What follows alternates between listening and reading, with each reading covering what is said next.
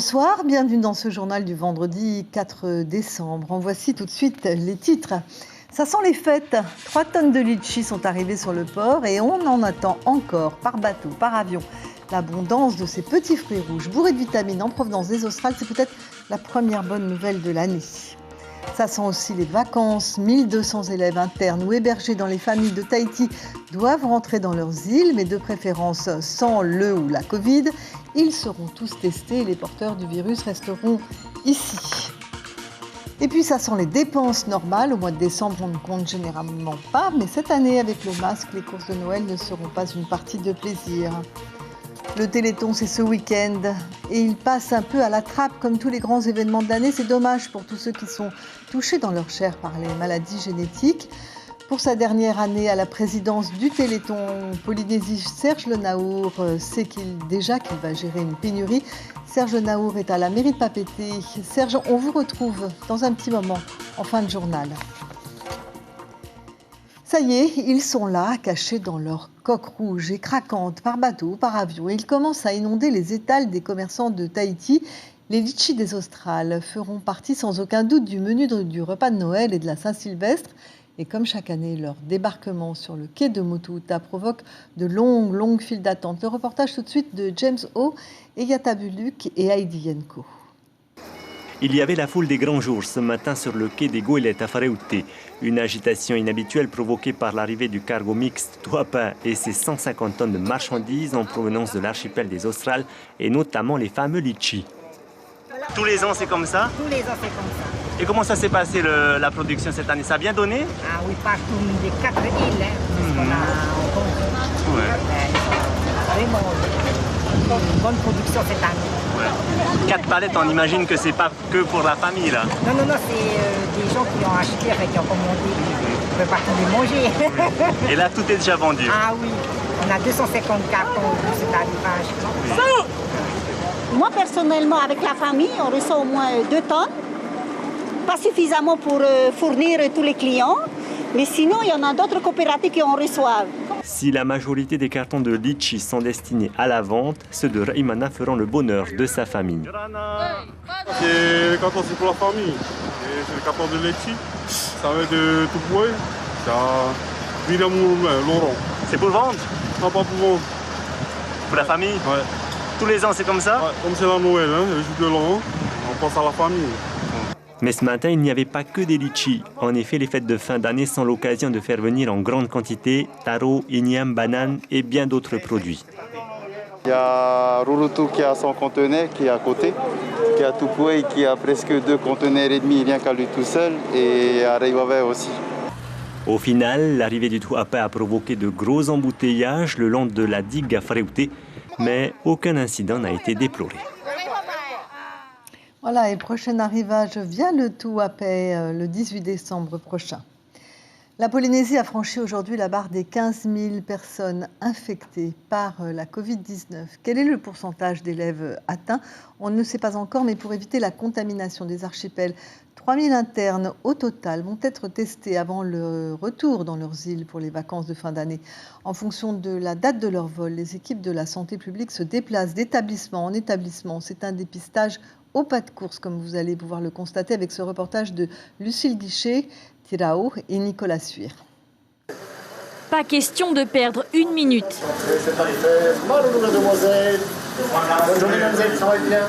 Ici, c'est presque 24 minutes chrono pour dépister les 18 élèves de ce lycée de Papara.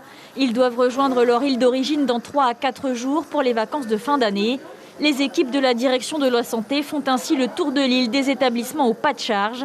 Tous les prélèvements doivent être déposés avant midi au laboratoire.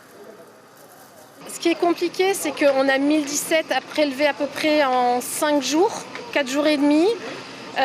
On s'adapte, on a déjà la programmation des élèves au niveau de leur départ. On programme 4 jours avant leur départ le test.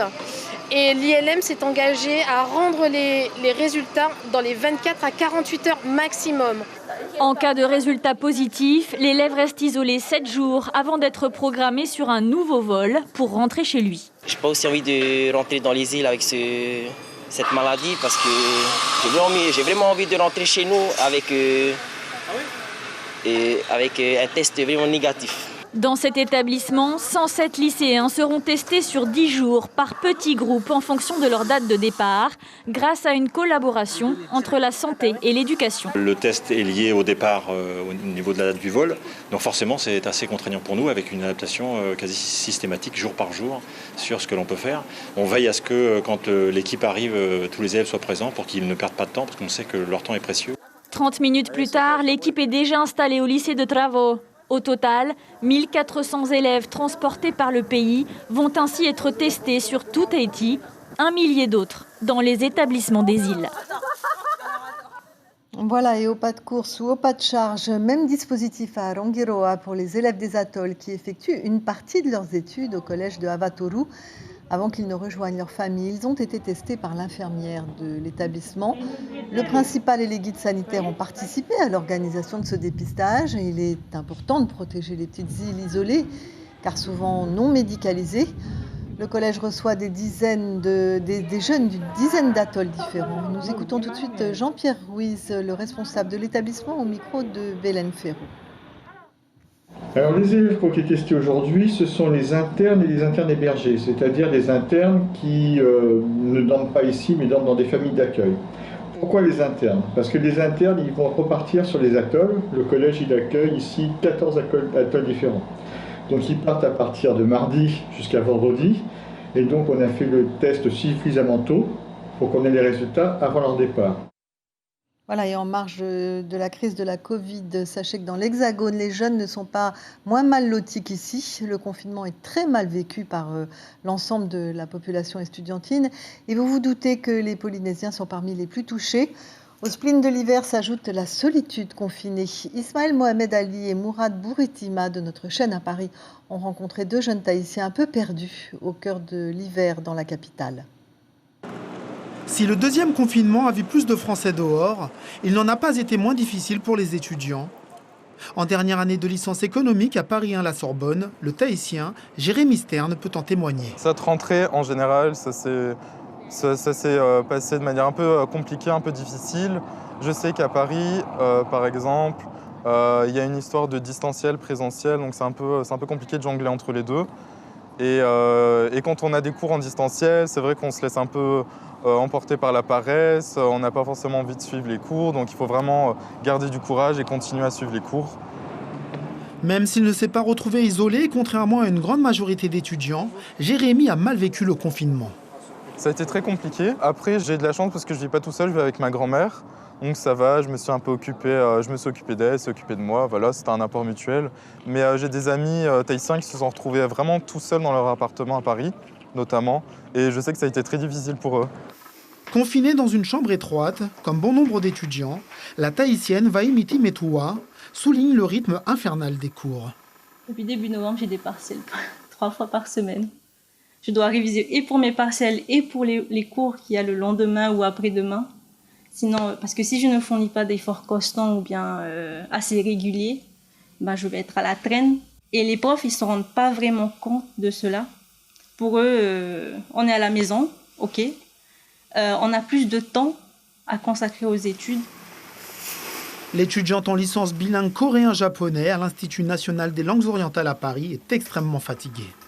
Je pense études, je vis études et je mange études, techniquement. J'ai même plus le temps de parler à mes parents. Parce que pour moi, c'est pas une gêne, mais sauf que j'ai pas le temps. Difficulté à suivre le rythme soutenu des cours, manque d'interaction sociale, isolement ou encore détresse psychologique, être étudiant en 2020 requiert une immense force mentale et morale. Ça vaut au moins un délicieux café au lait. Nous revenons à Tahiti. Peu de monde en ville ce matin, normal, le Black Friday est passé. Mais la police municipale effectue tout de même des contrôles dans les commerces pour vérifier la bonne application des gestes protecteurs, à commencer par le port du masque, obligatoire dans Papeete. Le reportage de Caroline Fary et Marcel Bonneau. Les agents municipaux veillent au grain. Dans l'hypercentre de la ville, on ne badine pas avec le port du masque. Et à l'approche des fêtes, la consigne est plus que jamais d'actualité. Alors, le premier contact qu'on a avec le public, c'est d'abord d'une part du respect au port du masque. Donc on avait commencé en début dans l'hypercentre. Aujourd'hui, ça s'est étendu, donc à la demande du maire, avec la décision du OCR, donc à pouvoir repousser, à étendre un peu l'espace justement du port du masque. Donc à ce jour, étant donné c'est la zone commerciale, nous avons accentué justement nos patrouilles. On a eu affaire avec une de vos caissières pour savoir si certains clients ne respectaient pas et n'étaient pas d'accord avec le port du masque dans votre établissement.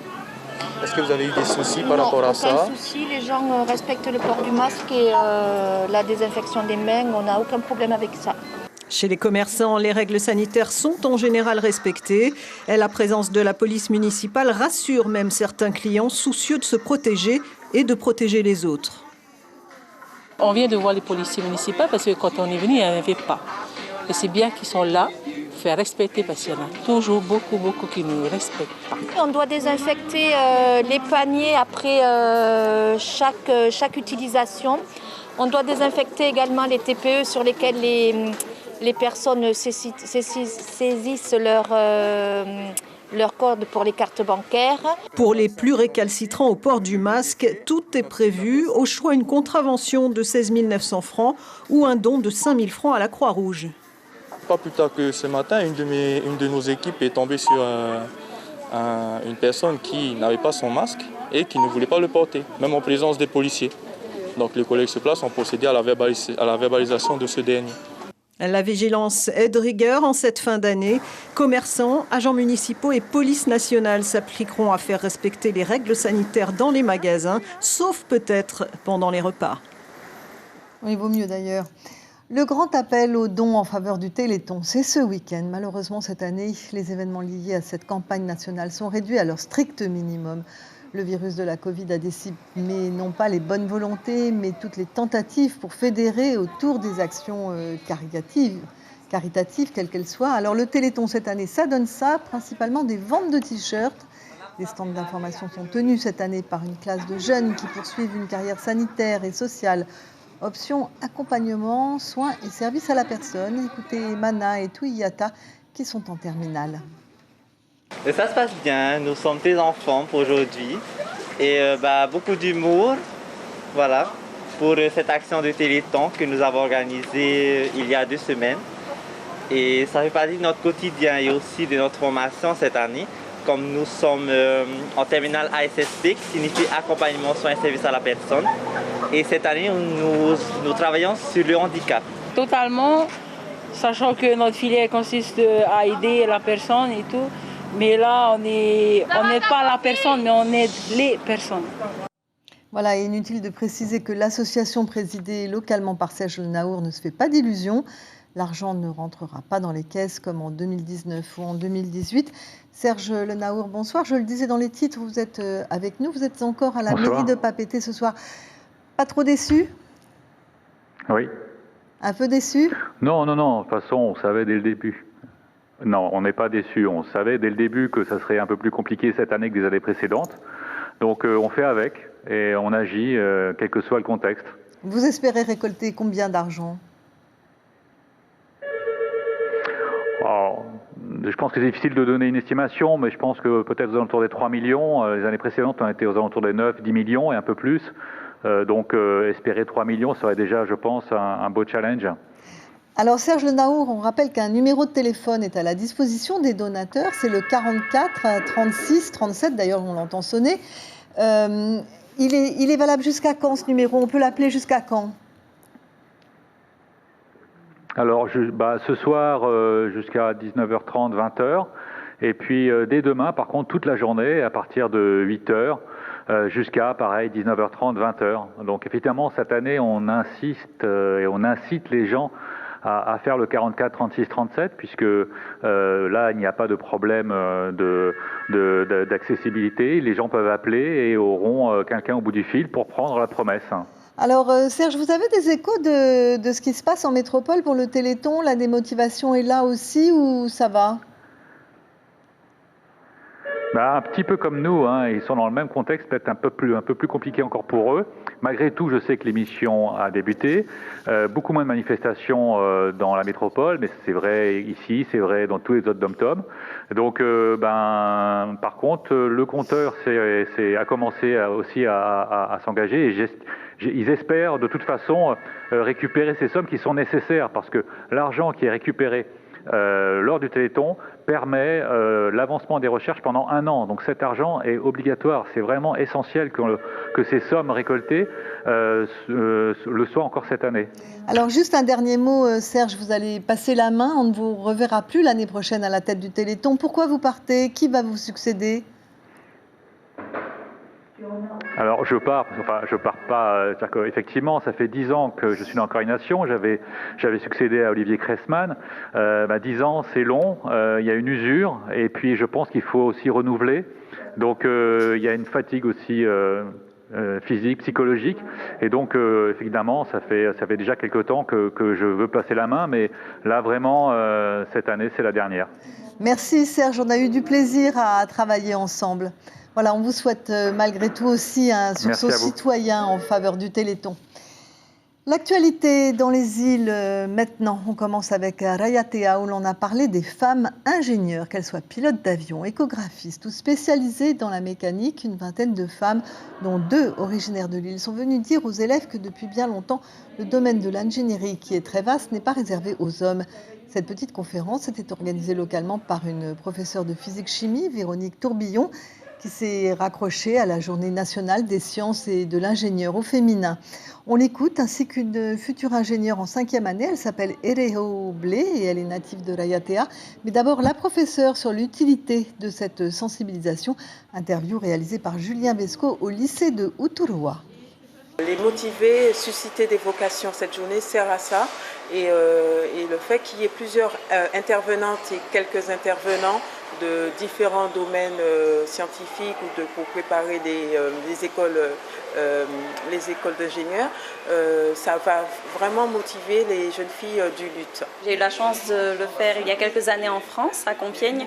Dans le cadre de mes études d'ingénieur, j'avais déjà eu la chance d'échanger avec des lycéennes de Compiègne et je suis très heureuse de pouvoir le faire, bien sûr, à Rayatea où j'ai grandi. Partager un petit peu mon expérience et en même temps découvrir d'autres intervenants qui ont eu des parcours similaires. Et le LUT, c'est le lycée d'Uturua. Un thème nettement moins féministe à Bora Bora, mais tout aussi utile, où une dame dénommée Sylviane Hebb s'est donnée pour mission de démontrer qu'on peut cuisiner pas cher, avec des produits locaux, de délicieux plats faciles à réaliser. Depuis 2 mois, elle visite les associations de quartier pour dispenser ses cours gratuitement. Aujourd'hui, elle était chez Maimiti Utia, membre de l'association Verotia, et elle a proposé un plat censé remplacer avantageusement la viande. Nous l'écoutons détailler cette expérience culinaire à votre portée, aussi bien techniquement que financièrement. Ça fait depuis le mois de septembre, on a mis en place les cours de cuisine et que je suis arrivée dans le foyer de midi. Nous, aujourd'hui, ce qu'on a préparé, c'est du lentilles au lait de coco qui remplace la viande. Il y a des légumes. Nous avons des produits que si nous, en plantant dans notre cours, on a ce privilège d'utiliser nos produits locaux pour valoriser. Et l'on termine avec l'annonce du décès d'Abner Guillou. Il était mandataire judiciaire et connaissait bien le monde de la presse puisqu'il s'est occupé du dossier de la dépêche de Tahiti, qui n'en a pas fini, vous le savez.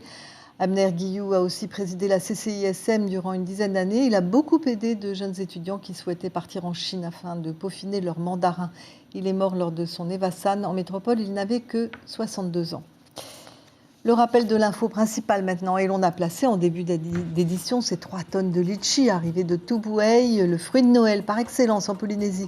J'ajoute que vous pouvez le consommer sans restriction. Il contient de la vitamine C, A et B. Il est riche en calcium, en sodium, en fibres et aussi en fer, ce qui est très rare pour un fruit. Et il a plein de vertus que de nombreux sites internet peuvent vous détailler.